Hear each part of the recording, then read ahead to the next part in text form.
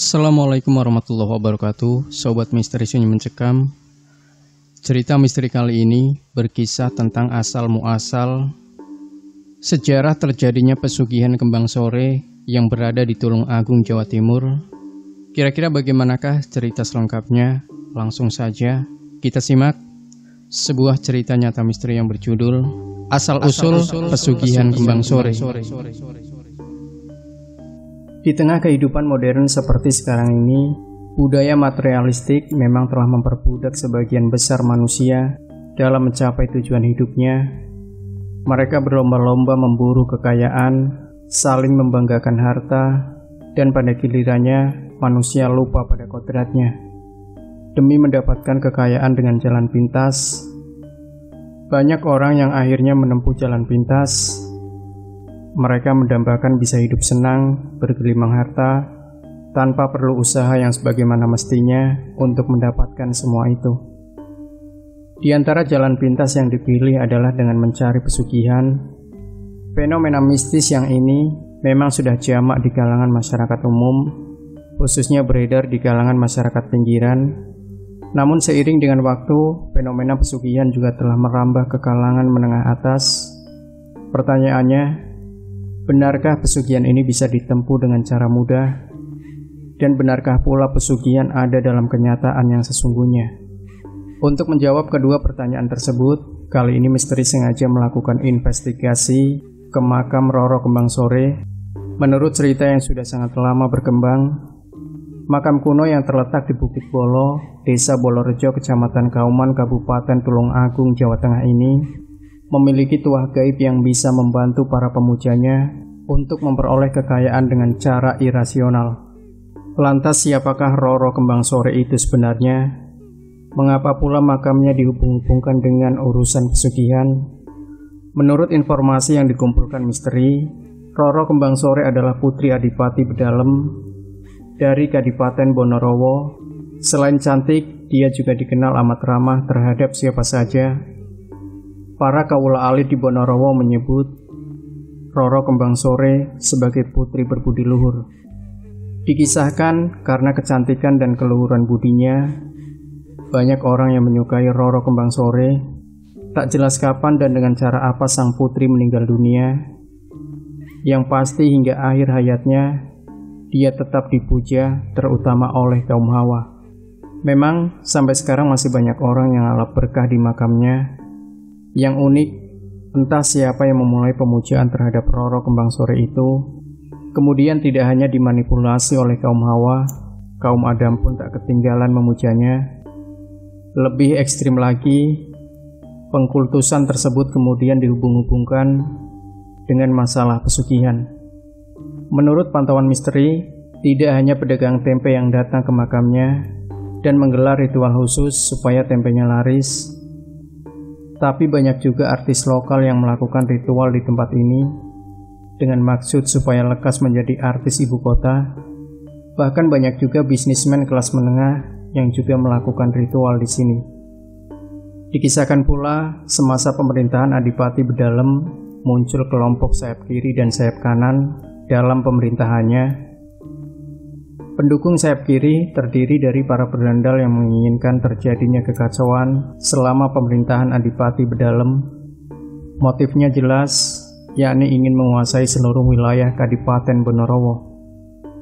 Sementara terjadi kemelut politik, Roro Kembang Sore telah berbakti kepada ayahandanya tercinta. Ia sering memberikan saran dan masukan berbobot kepada ayahandanya dengan maksud jangan sampai memperhatikan usulan kelompok sayap kiri. Agaknya dia tahu benar bila usulan tersebut ditanggapi akan mengacaukan jalannya roda pemerintahan. Karena tekanan yang sedemikian kuat dari kelompok sayap kiri, saran dan usulan sang putri tak mendapat tanggapan sang ayah. Sebab Adipati Bedalem memang telah ada di bawah pengaruh golongan sayap kiri. Suatu ketika, Roro Kembang Sore bertemu dengan seorang putra penguasa Majapahit bernama Pangeran Lembu Peteng yang tengah mengembara sambil melihat situasi wilayah Kadipaten Bonorowo. Pertemuan dua insan ini membuahkan tali persahabatan begitu erat. Bahkan setelah sekian lama saling bertemu, akhirnya terjalinlah tali persaudaraan di antara keduanya. Sayangnya, hal ini ternyata menimbulkan rasa cemburu seorang tokoh sayap kiri bernama Kalang. Padahal menurut silsilah keluarga, Kalang sesungguhnya masih berstatus paman Roro Kembang Sore. Dalam suatu kesempatan yang baik, di depan Adipati Bedalem, Kalang menebarkan fitnah dengan mengatakan bahwa putri Roro Kembang Sore telah memadu kasih dengan Pangeran Lembu Peteng. Atas laporan palsu ini, Adipati Bedalem berang.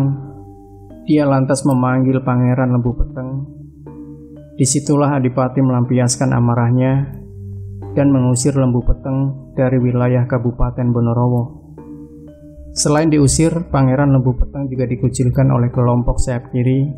Itu sebabnya dia segera meninggalkan lingkungan kadipaten untuk melanjutkan pengembaraannya. Tak dinyana, kepergian Pangeran Lembu Peteng ternyata diikuti oleh Roro Kembang Sore. Hal ini tentu menimbulkan kegaduhan. Raibnya Roro Kembang Sore dari lingkungan kadipaten membuat Kalang tambah penasaran. Memang sejak lama, Kalang memendam asmara yang mendalam terhadap putri berparas ayu dan berbudi luhur ini. Hanya karena rasa sungkanya, Kalang memendam hasrat ini. Namun, dia tak rela jika Roro Kembang Sore jatuh ke dalam pelukan Lembu Peteng. Keinginan untuk memperistri Roro Kembang Sore tak terbendung. Setelah melakukan pencarian cukup lama, Kalang berhasil menemukan jejak Pangeran Lembu Peteng yang selama ini dianggap sebagai penghalang utama dalam menggapai cintanya pada si cantik Roro Kembang Sore. Pertengkaran antara Kalang dengan Pangeran Lembu Peteng tak terelakkan. Mereka pun terlibat duel yang sangat sengit. Sayangnya, Lembu Peteng bukanlah lawan yang sebanding dengan Kalang. Pria yang lagi kasmaran itu akhirnya kalah dalam pertarungan ini. Namun bukan Kalang namanya bila tidak dapat melampiaskan dendamnya pada Lembu Peteng. Dia meminta bantuan Kasan Besari, sahabat karibnya. Berkat bantuan Kasan Besari, Pangeran Lembu Peteng terluka oleh tombak Korowelang. Karena kesaktian tombak Korowelang, tak berapa lama kemudian Pangeran Lembu Peteng gugur dengan darah membasahi Ibu Pertiwi Kadipaten Bonorowo. Walau begitu, Roro Kembang Sore bisa lolos dari tangan Kalang dengan cara melarikan diri. Jejaknya pun tak bisa diendus oleh Kalang dan antek-anteknya. Meski tak bisa menyunting Roro Kembang Sore, Kalang punya ambisi lain yang tak kalah besar, yakni ingin menguasai wilayah Kadipaten Bonorowo. Ambisinya ini memang terwujud setelah dibantu Kasan Besari dan antek-anteknya. Kalang berhasil menghabisi nyawa Adipati Bedalem. Dia kemudian memegang tampuk pemerintahan sebagai Adipati. Pusat kegiatan pemerintahan Bonorowo segera dialihkan ke Betak. Setelah berdiam di Betak, sang putri tetap berupaya untuk tidak bersedia dijadikan permaisuri oleh Adipati Kalang yang sesungguhnya masih pamannya sendiri. Lewat berbagai cara, Roro Kembang Sore akhirnya berhasil melarikan diri dari Kadipaten Betak. Dia kemudian mengembara. Disebutkan bahwa dia memilih untuk tidak menikah seumur hidupnya. Dikisahkan pula, setelah mengetahui bahwa Kembang Sore tak berada di Taman Keputren, sang Adipati menjadi berang. Dengan muka merah, semua prajurit dikumpulkan dan diperintah untuk melakukan pencarian. Karena keberangannya, sang Adipati bahkan memberikan wewenang untuk mengumumkan sayembara kepada halayak ramai yang berbunyi antara lain, barang siapa dapat menemukan dan menangkap Roro Kembang Sore supaya diserahkan kepada Adipati Kalang. Masyarakat yang berhasil melaksanakan akan diberi hadiah istimewa, diangkat sebagai demang di daerah Bandil. Gaung sayembara dari Adipati Kalang terdengar pula oleh para begal.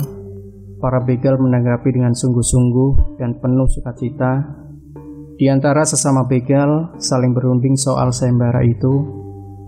Padahal selama ini belum pernah melihat wajah Roro Kembang Sore. Para begal lalu menemukan akal akan mencegat setiap wanita berparas cantik yang kebetulan lewat untuk dikorek jati dirinya. Waktu terus berlalu. Suatu ketika dua orang begal berpapasan dengan seorang wanita berparas cantik dan berpenampilan lemah lembut. Keduanya langsung menghentikan langkah wanita yang disangka sebagai Roro Kembang Sore itu. Nyatanya memang benar, wanita berparas cantik tersebut mengaku bernama Roro Kembang Sore, putri mendiang Adipati Bedalem dari permaisurinya yang bernama Roro Mursodo. Mendengar pengakuan ini, kedua begal itu tertawa ngakak menunjukkan kegembiraan. Roro Kembang Sore segera mereka ringkus dan mereka boyong untuk diserahkan pada Adipati Kalang. Roro Kembang Sore tak menolak ajakan kedua begal ini, namun dengan syarat tertentu, yakni kedua begal harus adu kesaktian. Siapa yang menang, dialah yang berhak menyerahkan ke hadapan Adipati Kalang. Kedua begal tak keberatan memenuhi syarat yang diajukan Roro Kembang Sore. Keduanya kemudian saling adu kesaktian untuk tampil sebagai pemenang. Selagi lomba adu kesaktian itu berlangsung sengit, secara diam-diam Roro Kembang Sore yang cantik itu melarikan diri. Kedua begal akhirnya kaget demi melihat Roro Kembang Sore yang telah menghilang. Mereka segera menyadari kebodohannya dan kemudian bersepakat untuk melakukan pengejaran. Setelah gagal dalam pencarian, keduanya baru sadar bahwa mereka telah menjadi korban tipu muslihat Roro Kembang Sore. Meski dijanjikan sebagai permaisuri, Roro Kembang Sore tetap menolak menikah dengan Adipati Kalang. Baginya, daripada harus menikah dengan Adipati Kalang, lebih baik tidak menikah selamanya. Disebutkan setelah Adipati Kalang mati disobek-sobek tubuhnya oleh Patih Gajah Mada. Sampai hayatnya Kembang Sore belum pernah menikah. Meski sebetulnya banyak yang mau memperistrinya, tapi semua pinangan ditolak dengan halus oleh Roro Kembang Sore. Salah satu pinangan tersebut berasal dari Joko Budek. Pada waktu Joko Budek melamar, malah disuruh Roro Kembang Sore berangkat bertapa di Gunung Budek. Sampai akhirnya dia dikenal sebagai sebutan Joko Budek.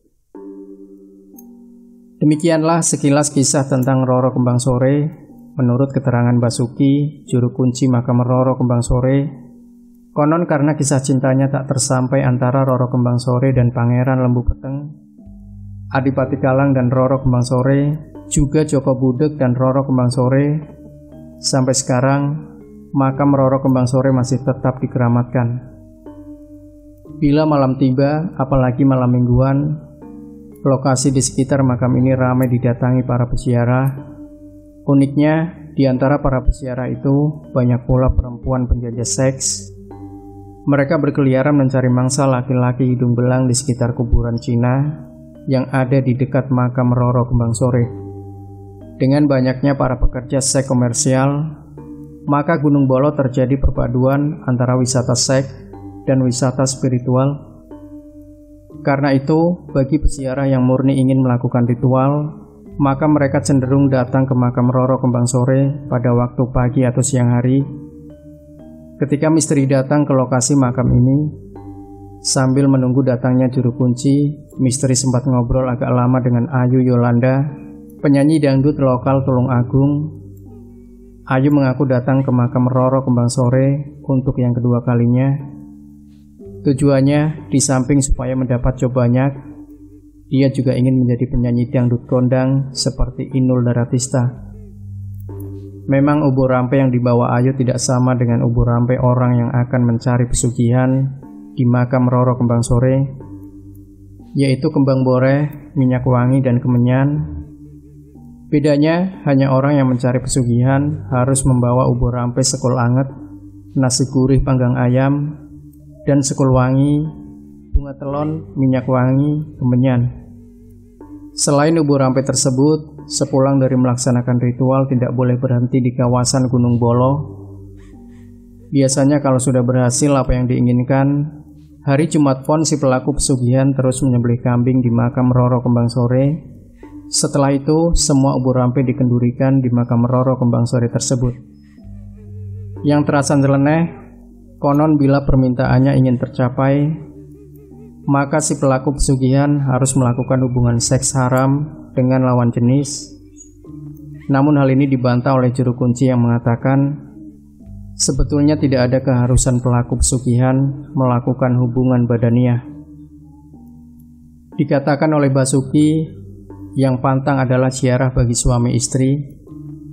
Konon, kalau suami istri sama-sama ziarah ke makam Roro Kembang Sore, maka kemungkinan besar kelak di kemudian hari mereka akan terlibat perselingkuhan. Kalau tidak suaminya, istrinya yang akan selingkuh, begitu pula sebaliknya. Makanya supaya tidak selingkuh, kalau mencari pesugihan ke makam Roro Kembang Sore, sebaiknya tidak usah mengajak suami atau istri. Roro Kembang Sore mungkin tak suka dengan suami istri, sebab dia seumur hidupnya tidak pernah menikah, tandas Basuki. Saat misteri melakukan kontemplasi di areal makam Roro Kembang Sore, misteri melihat aura sekitarnya yang merah membara. Ini menandakan adanya kekuatan yang kurang baik di tempat itu.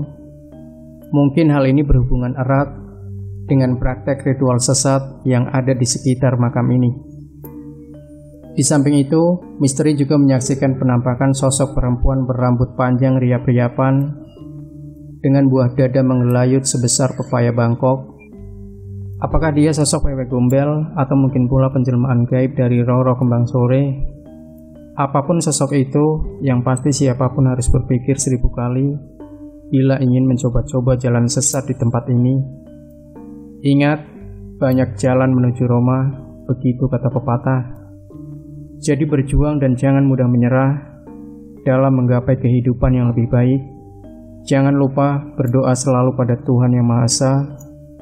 Semoga kisah ini bermanfaat untuk Anda.